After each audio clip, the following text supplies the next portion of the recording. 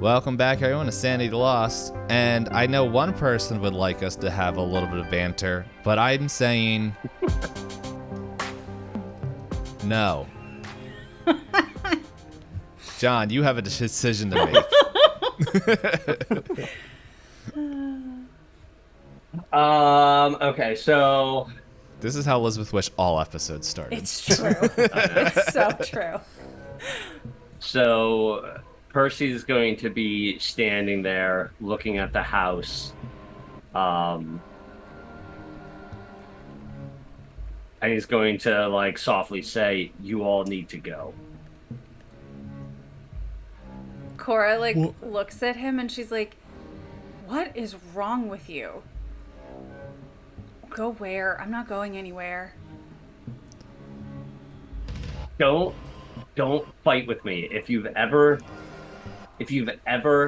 cared about me in any way, you'll listen to what I'm saying and you'll do what I say.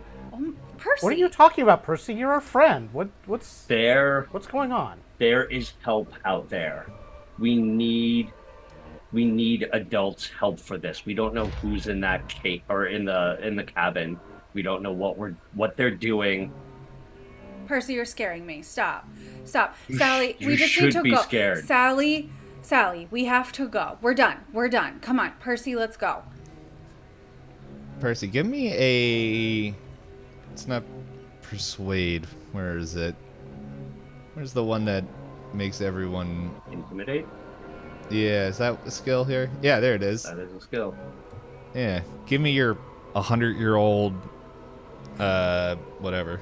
Like, bonus add to intimidate or what my intimidate is? What's your intimidate? My intimidate is 73. You don't need a bonus. Yeah. You also have 100 years of luck, so... That is a 52 under 73. Yeah, so, like, even Sally kind of stops in her feet, just like, Percy, what's going on? And then it's like at this point, if everyone remembers correctly, I believe Sally and Charles are the oldest. And, like, Charles at this point, like, he's... Quick reminder for everybody, even including players, Charles was a complete pushover. He is not the person who we know in the later years starts the SSD. And he's just like, no, I think we should are you gonna be okay, Percy? Sally, come on. And like he is like almost encouraged and like and everything as he grabs Sally's arm before she goes like, we're going, okay? Like, Percy, I know you're like a bit of a troublemaker, but like, do you need help, or what are you doing? Percy's gonna say, you know what? If it makes you all feel better, like we can all go. I'll go with you. Yeah, it Yeah, does. you're not make staying me by feel yourself. better. Let's go. And Percy's like, all right, let's go. Yep. As soon as you say "let's go," the sound inside the cabin stops. But you can go. And so Percy is going to follow. He's going to take a couple steps following the rest of the group and then perform a stealth check and kind of do one of those, like, takes a couple steps back and, like, disappears into the shrubbery before they can notice. All right. Roll stealth. And What are our like contrary rolls? if you want to, it would be spot hidden. Spot hidden. Yeah, that's what I was rolling on, which is a 6 under 69. Oh wait, For I don't have Caleb. Cora. Hold on. I definitely don't have baby Cora. Yes, I don't care. I rolled a 9 under 70. All right, and I rolled a hold on, a 29 under 72. 9 under 72. Okay, hold The up. same, it's the same there's level two of extremes. success. I was gonna say same level of success for Caleb and Percy there. Right. You know what? Rather than look up all the rules and everything, this is what I'm gonna do. Percy, you get away. Mm-hmm. But it's like, I don't think Caleb notices that you're missing sooner than you wished. So if you guys remember, there's the clearing, and then after the clearing, it's that brumble patch of wood and stacks from previous woodcutters, and then there's a long path, and if I forget who, one of you guys on the long path saw a cloaked figure, which is why, like, everyone was a little, I believe one of you guys saw a cloaked figure. It's been a while, I can't remember, and I didn't have time to re-listen. But, I remember one of you guys saw it, and it kind of already set, but only one of you did, and you guys all said, whatever, loser, you're lying. But yeah, so there's that, and then I feel like I'm forgetting. Oh yeah, cabin clearing, the wood mountain thing that you climbed over, the long path, and then the campground that you guys gonna go up for like jamborees and stuff. But I'm gonna say, Percy, you're able to get away, and like we'll say within like a minute, that Caleb, you notice that he's gone. So as soon as Caleb notices Percy is missing, he's gonna like, wait, where'd you go? And Cora immediately like whips around and is like, Percy. And you guys are yelling? Yeah. Okay. All Percy, right. what are you doing? So at this point, Percy probably hears them yelling, and so he basically, or he starts running towards the cabin. He had been, silently working his way over there, but he starts running and calls Ego in the form of a grenade. Oh my and is going to toss it through the cabin window. Okay. Well, that was unexpected. Yeah, so like, so you summon Ego, and he's just like, how you doing? And it's like a baby Ego. Like, he's like, as you like throw him, and you just see like, baby, go boom! And give me a throw to see how well you can aim. Oh my gosh. Is a 13 under 70. All right. Do you have the damage pool for a grenade? I don't. I mean, You know it's what? gonna Don't worry about explode it. the house. Yeah, what are we talking about? Don't worry about it. So This- as Percy throws the grenade through, and he's standing there, and like right before Ego goes off, he just whispers, "Boom." And we see like the whole cabin just explodes, like as like shrapnel and everything like just starts shooting out, and like the wood splinters. You just like hear all the cultists like screaming, and like what you see like maybe in like the destruction, like you see like this hand reaching out of the ground, but let's see, no, you know what, and then like in there we see like tattered remains of the gloves, a mask, and like a broken axe. Just like kind of in the rubble of these bodies and everything. You guys, Cora, Caleb, and the others just hear this explosion, unlike anything you ever heard before. Because I don't think you guys were playing with hand grenades. I don't think but so. Yeah. So there was just this ear-shattering explosion, and like while you guys are just like gathering your wits and everything, like even though you guys still had some distance, I'm imagining this was just like, it was just like deafening of like having something like being in the quiet and then just that loud.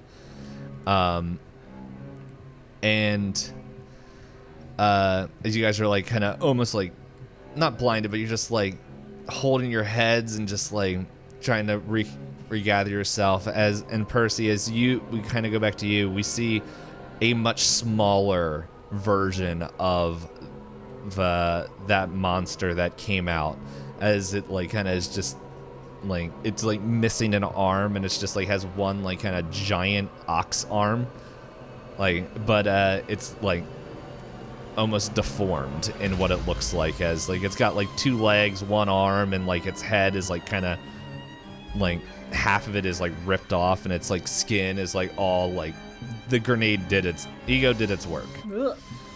Ugh. As like this green like flame, almost plasma, is like kind of pouring out of it. While you see that, we come back as Caleb, like you kind of get your wits, and then all of a sudden you just hear like the sound of somebody running. As you turn around, and Caleb doesn't know who this is, but it's an adult with a giant gun. It is Alexa Hudson, or Alex Hudson, or as Caleb would soon be calling her, Boss, or Sheriff Hudson. As she runs up and she's just like, "What are you kids doing in here?" And Cora's immediately like, "Our friend Percy, we lost him. There was something happening at the cabin. I don't know if he's okay. Can you find him?" Yeah, go. I don't even know why you're here. Get back in town. Go to the church. Go talk with Father Charles. I forgot his name. Oh wait, it's over here, isn't it? Nope. I forgot the name. Go find my dad, Mr. Hudson, or Mora. I don't know what you guys call my parents. Go find them. They'll get everyone who needs to be what needs to be done. You have to find Percy. You have to find him. Go. I'm going there now. And she just like, the Terminator was not even thought of, but like Terminator like walks like just non-stopping as like she checks her bullets. I'm guessing you guys are going to listen to the adult. Yeah. Mm-hmm. And we see like maybe the camera shows Alexa just walking towards the camera, as we see like the kids get over there, as like Sally we as the viewer know like that's where she got stuck last time, as like her foot like begins to slip, but like Charles kind of helps her out, and just she makes it over the mountain of wood. And then like, so now we go back to Percy, as this monster locks eyes on you and begins like snarling and just like, and it looks like it's about to charge or do something. What are you doing?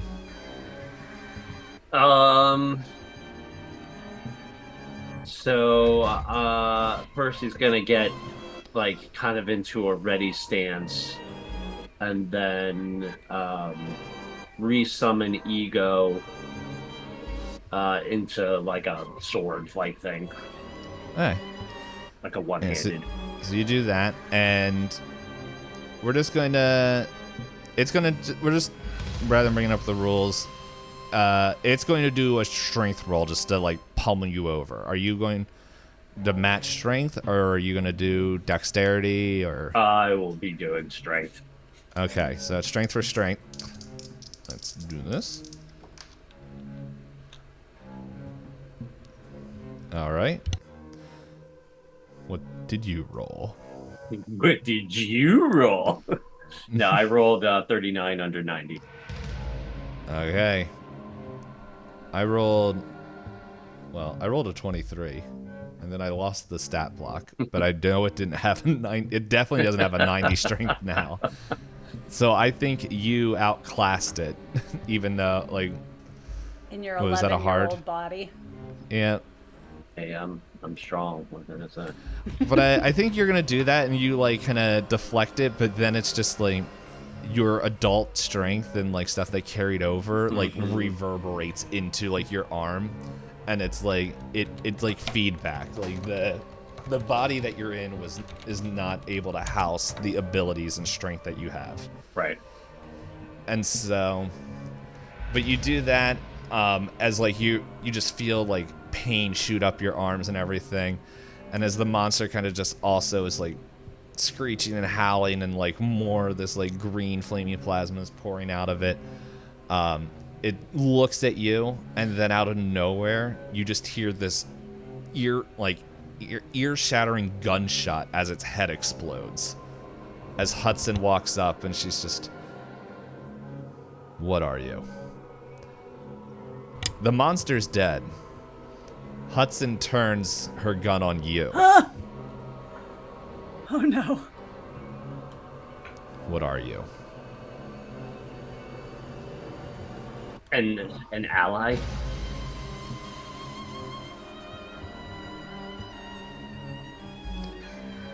What you're wielding is not something a child should have.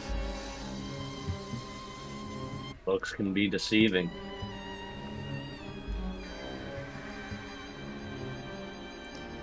And like as she's sitting there, kind of sitting there thinking and observing, can you give me a? Let's see. I'm trying to think of what kind of check this would fit.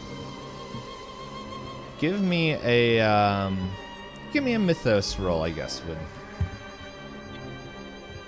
be best. That is a 50 under, or 50 at 50. Okay. You feel like you are becoming untethered to your body. Okay. So, like almost like it's, you feel like your adult soul, I guess for lack of better terms, is like not fitting in your child self. And it almost feels like there's another presence, but since you match your mythos roll, you can feel your child's essence pushing your like traveled essence out. Right. And ego kind of like melts away as well. As Hudson looks at you, I'm not gonna hear him wait. I want a simple answer. Who are you? And she cocks her gun.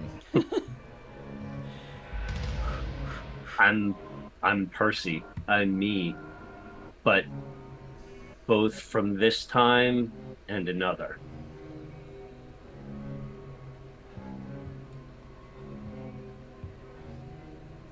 But I am a friend. I'm here. I have the same goals as you. I am trying to stop all of this.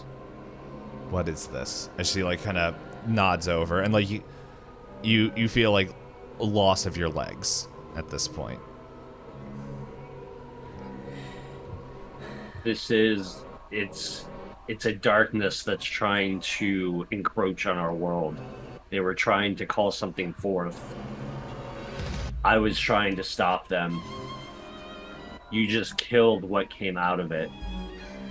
The fact that you could kill it means that you have knowledge of it, what this is. But we're trying to stop it in my time. And I think stopping them here will help. And then like you feel like now you can't like feel your arms, you can't move them, and she's like, what should I do if they come back then? If we succeed, I don't think they will. But all I can say is keep watch. And with that, like she lets the hammer down, back down on her gun. as she looks at you and is just like, okay. Well, let's get some... And before she finishes her sentence, Percy kind of loses connection to his body.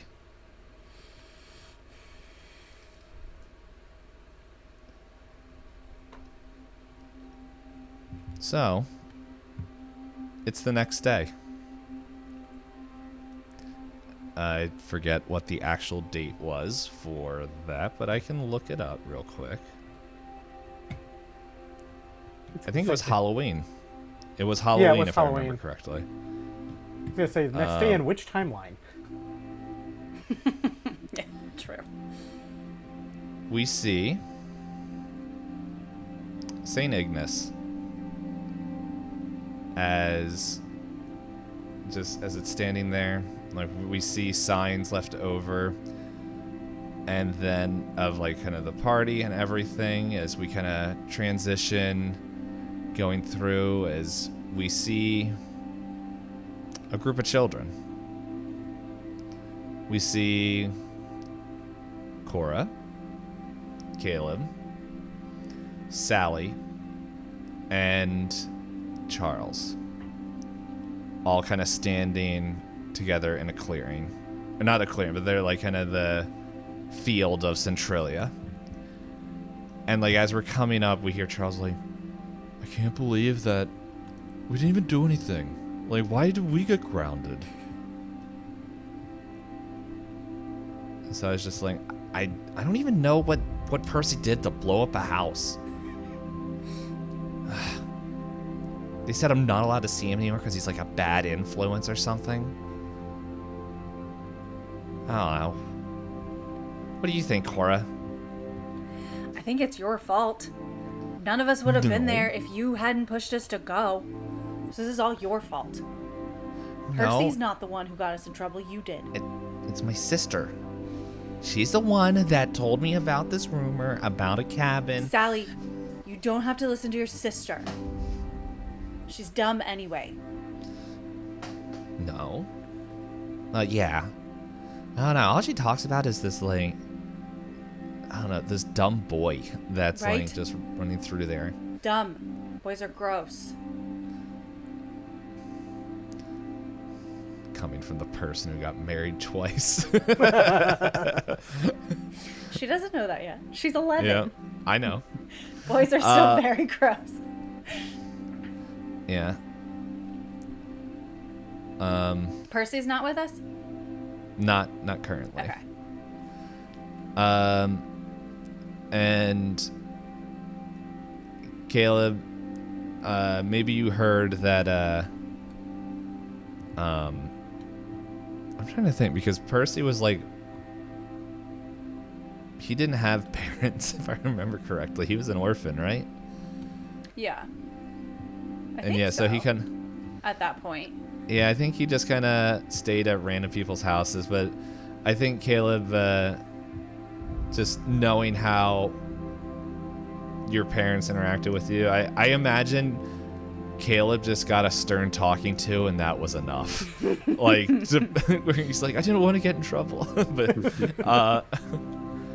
but like your dad and mom are just like, well, son, you gotta go over and say, make sure that Percy boy's okay.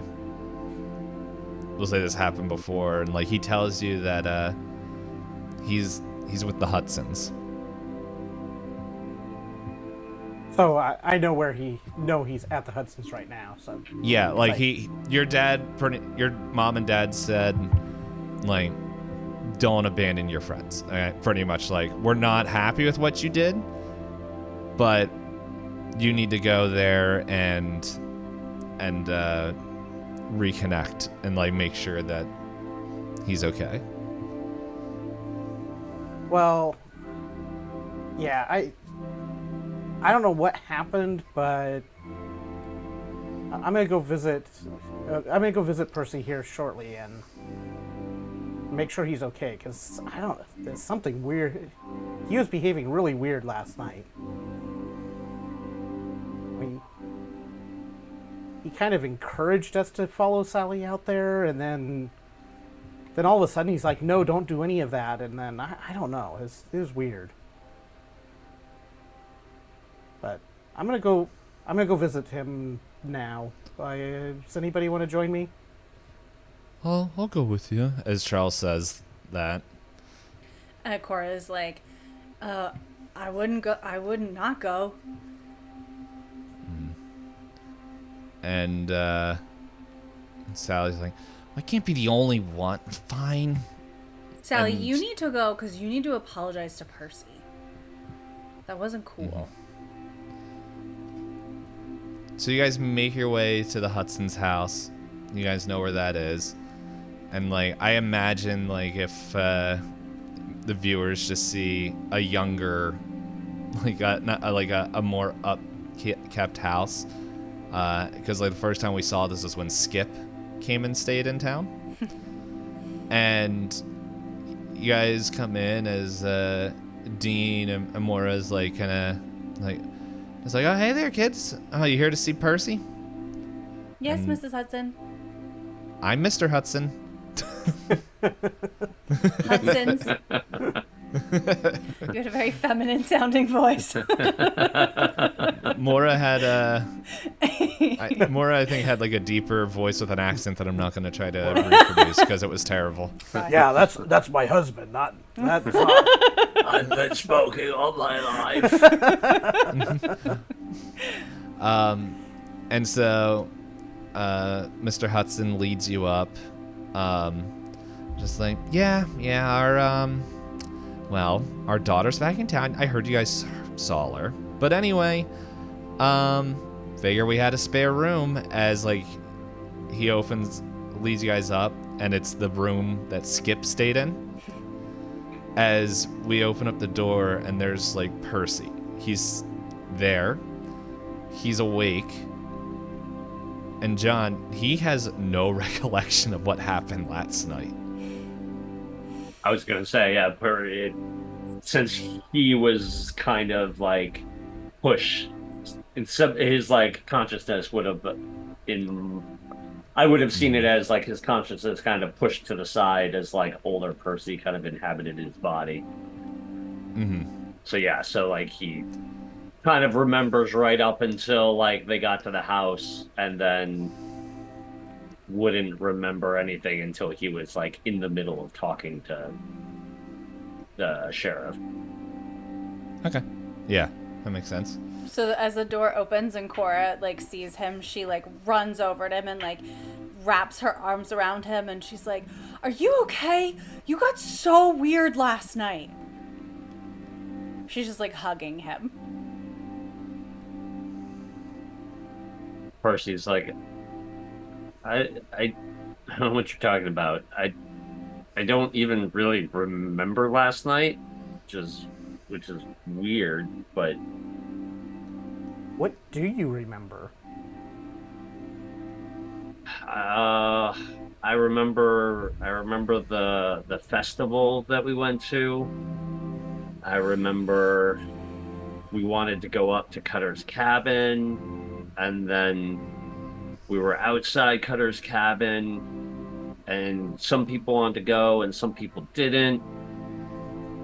And then, I don't know, things get really blurry and hazy. Like, I don't remember. Did we go to the cabin?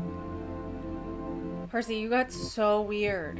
One minute you were telling us that we should go, and then you were calling us like scaredy cats, and then the next minute you were telling us to like run away and leave you there, and then like you disappeared and I didn't know what happened to you. I was so scared. I thought that something bad happened.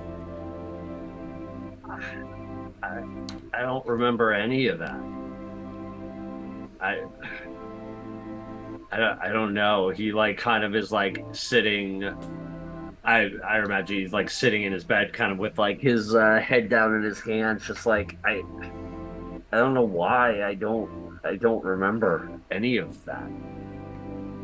And Cora, like, seeing him upset, like, it makes her upset. So she just, like, wraps her arms around, you know, like, his shoulders. And she's like, It's okay. It's okay. I don't know what happened last night either. I'm just glad that you're okay. And with that, let's transition a little bit as time moves forward.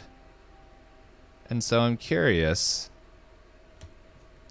what is life like now? Let's, if you guys, I know I'm springing this on you because I wanted it to be a surprise of what was happening. So, how close to the original timeline do you think your characters would stick? So basically, at this point, Sally doesn't die. None of the things happen in Centralia. Yeah. So pretty much all the strange things that are happening don't seem. But I don't know. Like and feel free to correct me. I'm just thinking for Caleb. I think like the general life points probably still stayed the same, where Rose was like still came to the town later and probably was pushed upon him the same way his mother was. Yeah, But I mean, you I just can don't definitely have I can see that kind of happening. Sarah wouldn't be rescued from the woods, so Yeah, does Sarah exist? I think what changes with that is pretty much maybe because I don't think Rose and you were I think you were dating or something like that, but I think maybe what happened is maybe you were driving along and you see like a car accident, like as you're maybe driving between Centralia and Mount Carmel for like some sort of like supply run, and like you saw like a terrible accident, and knowing just how you played Caleb, you had to get involved. obviously. And while you were there, it's just like it was like one of those things where like it was a terrible crash, and like the only person who survived from that is Sarah, and they couldn't find any next of kin, no one there, and they told you that news, and I figured, just knowing how Caleb is, like offered to foster unless they found a home, but without all the eldritch trauma, Sarah is part of is grown. Sarah's not raising her. like 3 feet tall, and Yeah, like she doesn't have she's like, yeah, she's not your terrible roles that you did for her as she grew up. But like she is your first child, even though she's adopted, and then if you think Caleb would still do the path of Rose, which he wouldn't know, but yeah, like that would happen. yeah, But I if think there's any changes you want to do, feel free. I think overall he probably would have had a very similar life, just without the weird things that popped up that he was more or less forced to play a protector role, because he's a protector, and he didn't have there wasn't any of that he had to deal with. Okay. Now comes the slightly more complicated one. Hey, Cora. I know. Whose You gonna remember you have a dog this time? essence was revolved around her trauma. Yeah, I mean, I think Cora's life would be a lot different. She would still get married. She would still have Timmy. Her husband would probably still die. She would take care of her dog, obviously, which she did in the story. We just didn't talk about it. She also probably would have gotten remarried. But I think like she would have she wouldn't have done any of the like research into what had happened that night. Would have just felt like a weird blip in her life where something like strange happened. she wouldn't be so like uber protective over Timmy and like teach him all of these wild things.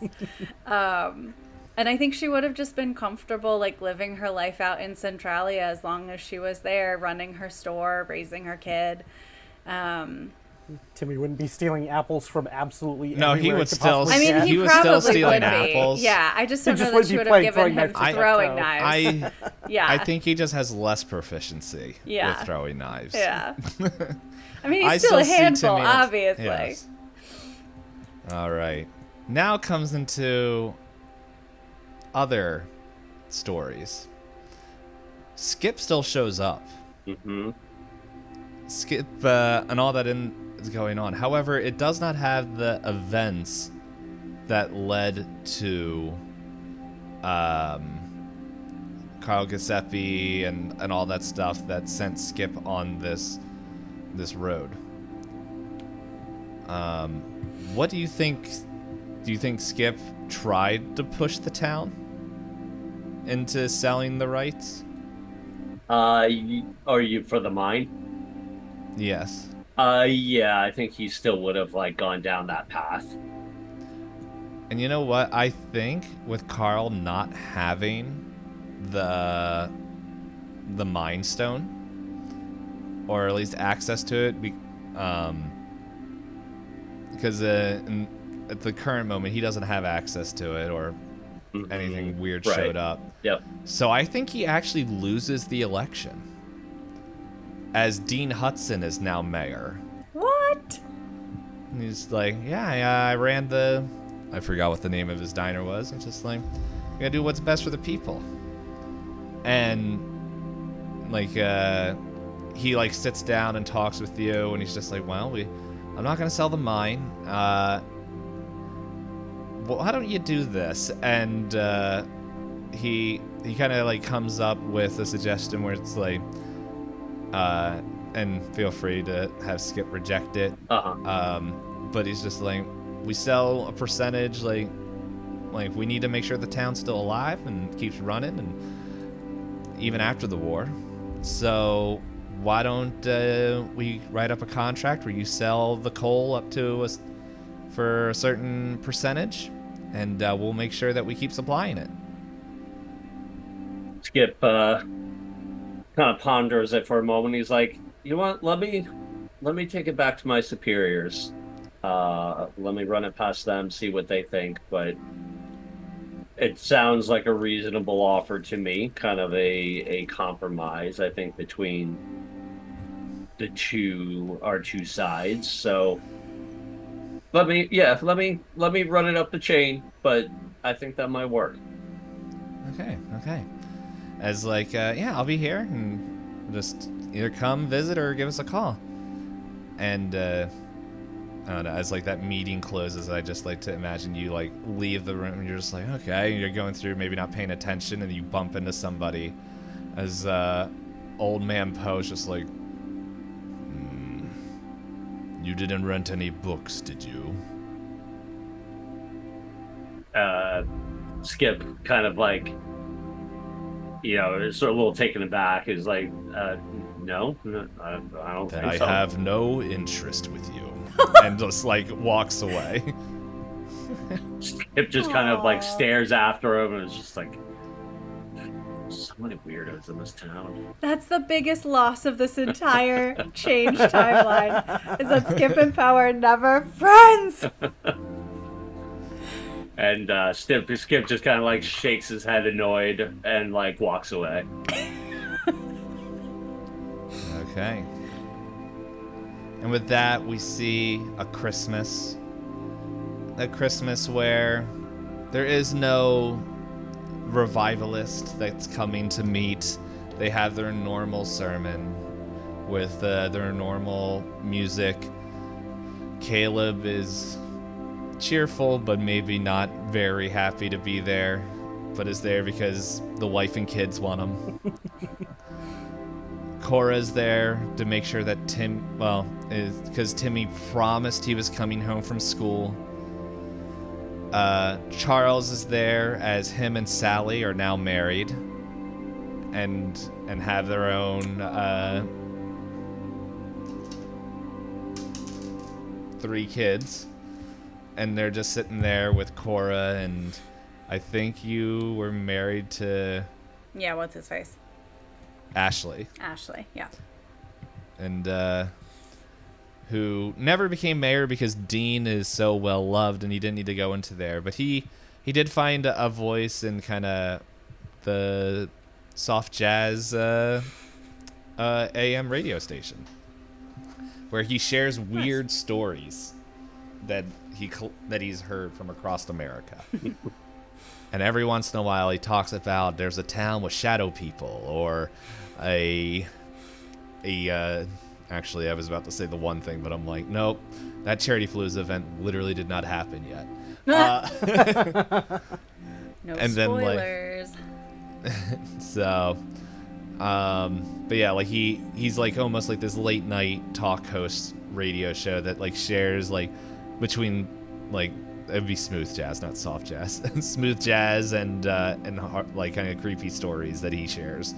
And is like becomes well known until everyone stops listening to AM radio, but it does very well, and there isn't that stress between them, as Timmy is now in school and going on, and he comes back late as he did in the normal show, and yeah, you enjoy that Christmas together.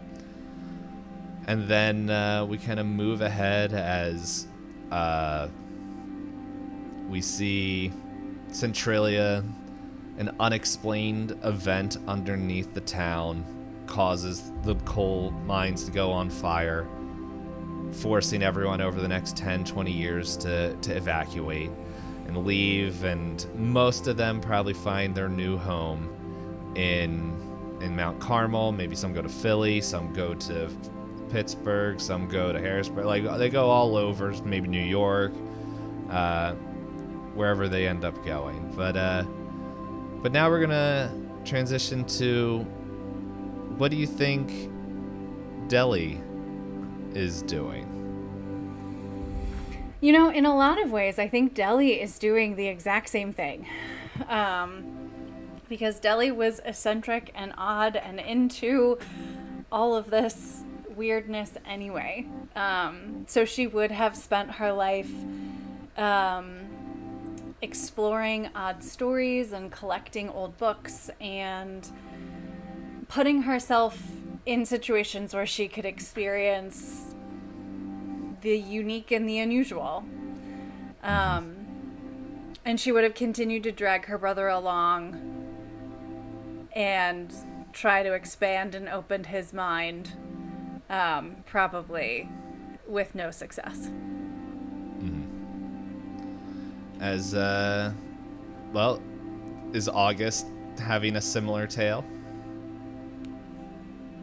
Yeah, I mean, August was initially recruited out of the university he was working at. So my guess is he would have just remained, doing research projects at the school, trying to get funding, like probably a very typical scientific researcher's life. Yeah, so like wouldn't have any interest in the supernatural or anything like that. He would have been, that would have been his course trajectory. All right. How about David? So I think David might actually have one of the bigger changes in general, just because a lot of his life was kind of triggered by the oddities and events that happened when he was younger, and kind of put him on the path of the Whispers and into the SSD and everything else. So I think without those drivers, he doesn't end up going into be a private investigator at all. I think he ends up settling down and having a family and basically having maybe a small business that in town that is moderately successful, not anything major, but successful enough to be comfortable and have a small family. And never thinks about weird monsters running through towns or anything else. Like, just that never crosses his mind. And then I feel like Hank's story is just the same. But Yeah. All of my characters were brought into the story because of the events that were happening. So yeah, for the majority of them, he would have just gone on being your average, successful bounty hunter. Probably would have stayed up in Alaska, living the hard life. And I imagine the Hank is doing a job as this man comes up, well dressed, a little bit older, salt and pepper, and he's just like, "So, Mr. Filster, I'm wondering, would you like a permanent position in what you're doing?" What kind of permanent position? Well, I can see you're quite an expert at the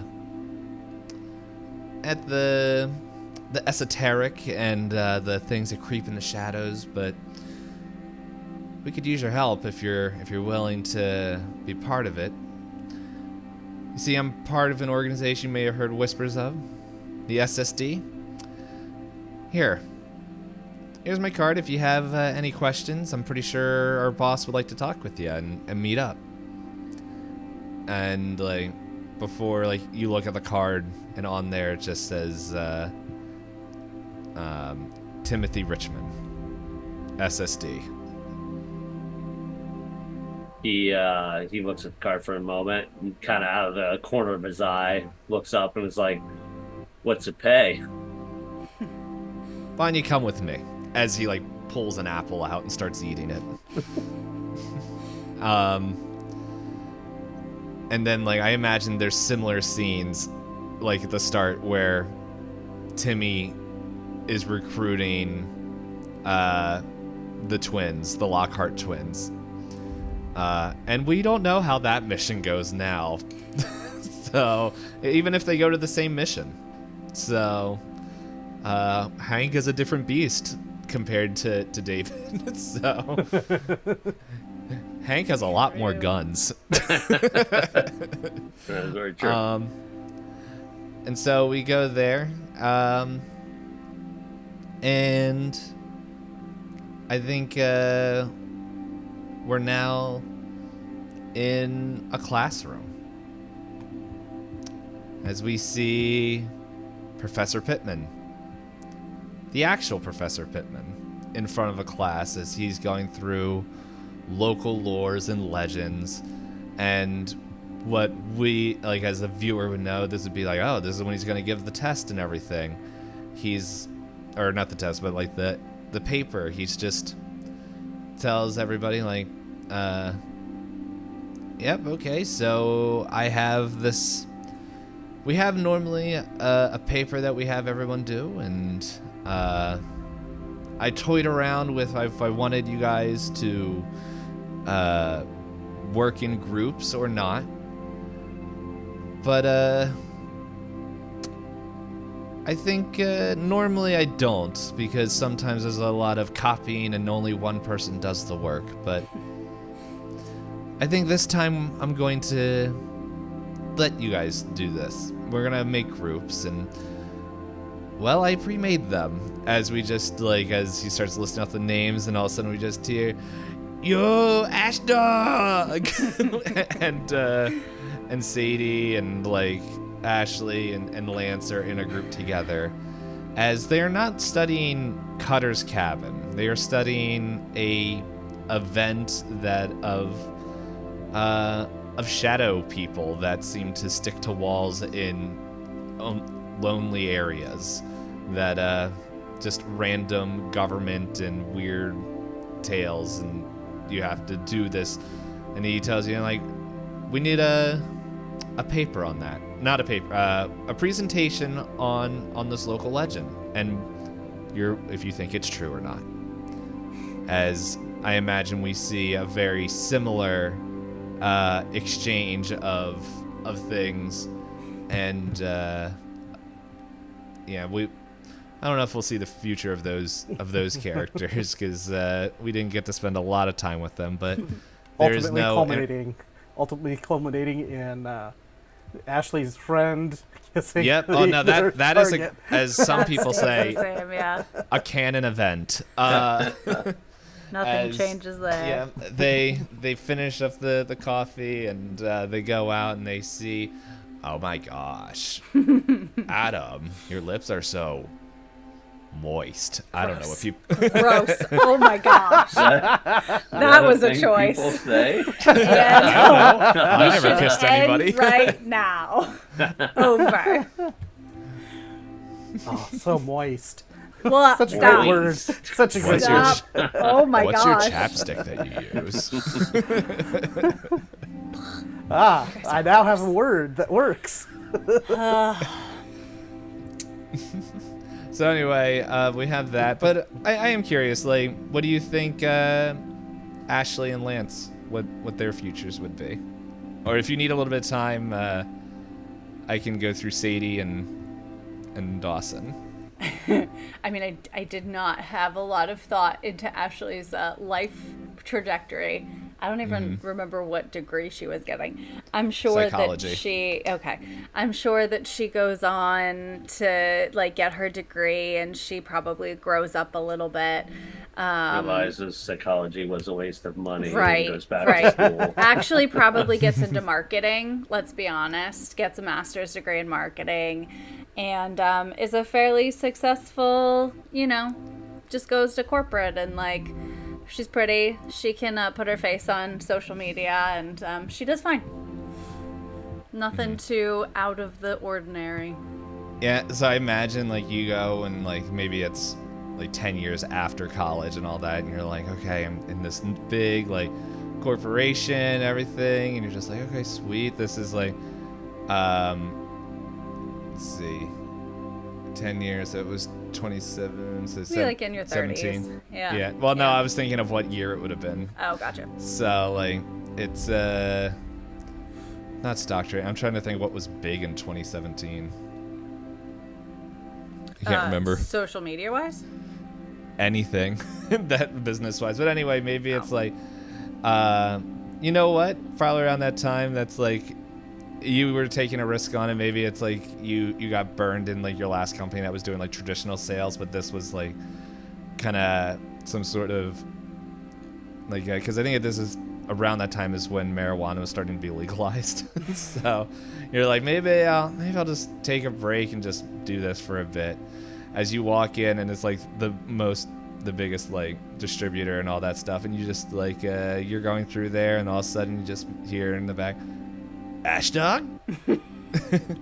As Dawson's there, like he's like from his lanky self is like now well built, got long hair. You still find him disgusting. I don't know. We're not gonna tell this full story, but yeah, the whole thing with Dawson is he actually becomes a very successful business owner of Sure he does. of sharing the leaf. Go Dawson, and, share that leaf. Yep. And Ashley regrets her choice and is wondering if she only got the job because Dawson recognized her name from college. Oh my from gosh. one random report. How about Lance? So as Lance is on a hockey team, I'm seeing him as being a successful hockey player and getting picked up by the scouts and picked up on the minor leagues and even getting a call up to the NHL at some point and see his debut on the ice, only to get just absolutely wrecked by with a pretty massive hit and not be able to play in the majors ever again. I don't know. That's kind of the way it could go. It's kind of the way it does go in reality a lot of times. All right, and so that happens, and last but not least, Sadie, with all her intelligence and stuff, I don't even remember what her major was. She was just the nerd. I think she actually becomes like starts her own tabletop RPG role playing thing, and just like it has middling success, but she loves life, and has, I don't know, a couple cats, and then always wonders, and just always wonders what life would be if things were different, with like if the clowns were real. Anyway, so yeah, we did all that. But if you remember something, SSD was formed by Charles. He's the one that recruited Timmy. He was the one that kind of got everything going. He was the main person, and one would expect if he just joined civilian life. How did the SSD even start? To that, I think we need to go back a couple centuries. Centuries? Hold on, that's 100, right? Decade? No, decade's 100. I'm making. Did No, I say the right thing? century is 100. Yeah. Decade is 10. Yeah. Okay, I was like, I think I said the wrong one. We're gonna go back a couple decades, and we see Percy. You're there. You've kind of been adopted by Dean and Mora, and it's like you not, and by kinda like they told you, if we catch you sleeping on the street, we're not gonna be happy. You're gonna come here, like kind of make you less of a feral child and give you that family. However, throughout all this time, Alexa, Sheriff Hudson, never seems to get super close with you and everything. And then one day you wake up kind of in maybe like between 14, 15, 16, somewhere around there. You like feel this presence in your mind as you hear just like, "You turned me into a grenade and threw me." As Ego never left. And you learn more about Ego, and I think Sheriff Hudson isn't stupid and is over her parents' house a bunch and notices Ego.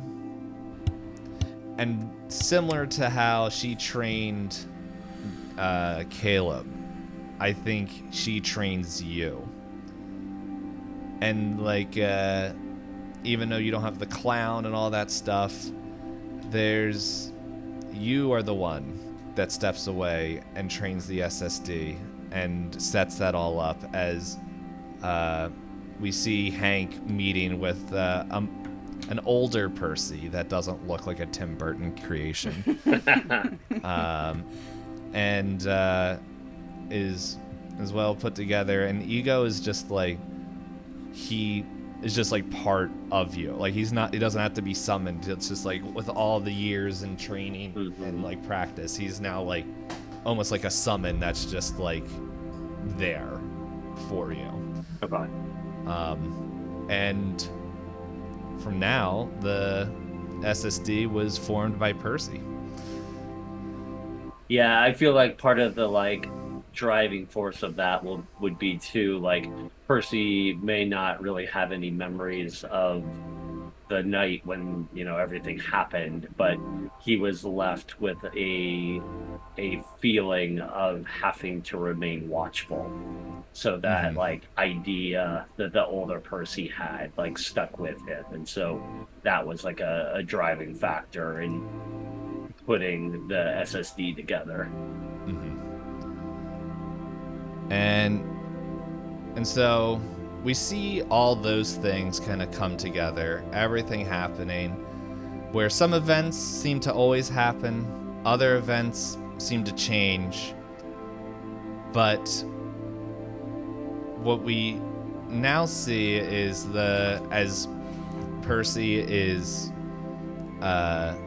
growing up, showing off Ego, spending time with Caleb, Cora, having the childhood that is and like life that he didn't originally have.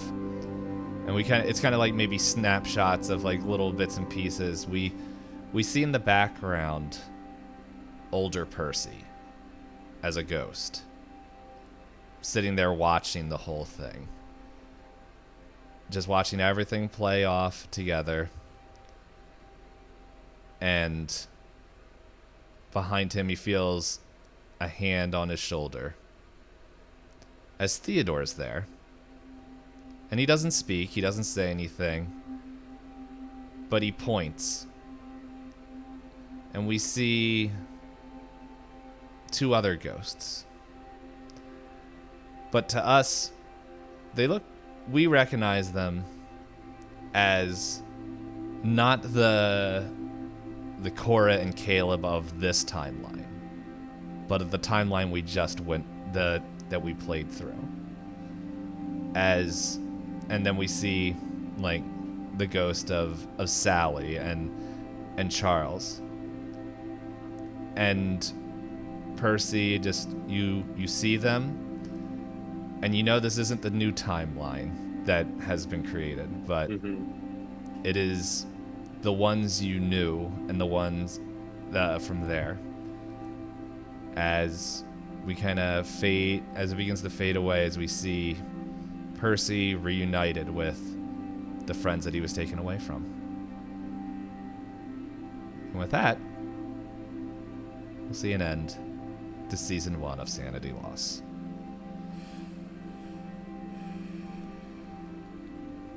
Chills. Well done. We made it. Yeah, that was good.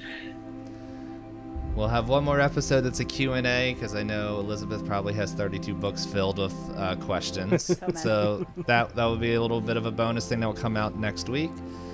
But big thanks off to all these 3 guys that played Elizabeth, John, and Nite, that gave so much time to put up with my insanity. So thank you guys for doing that. And thank you everyone that was listening and shared and just enjoyed it. It's it's 2 years that I don't think anyone expected it to go this long, but hey. And we made it. Yep. And there are plans for Season 2, but we'll say this again next week, but it's that's not going to come out till next year. We need some time to regain our own sanity. Well, what is sanity? You guys might. But yeah, it's no. Once again, thank you guys for playing. Thank you guys for listening, and hope you all enjoyed the adventure. See you next time. Bye. Bye. Bye.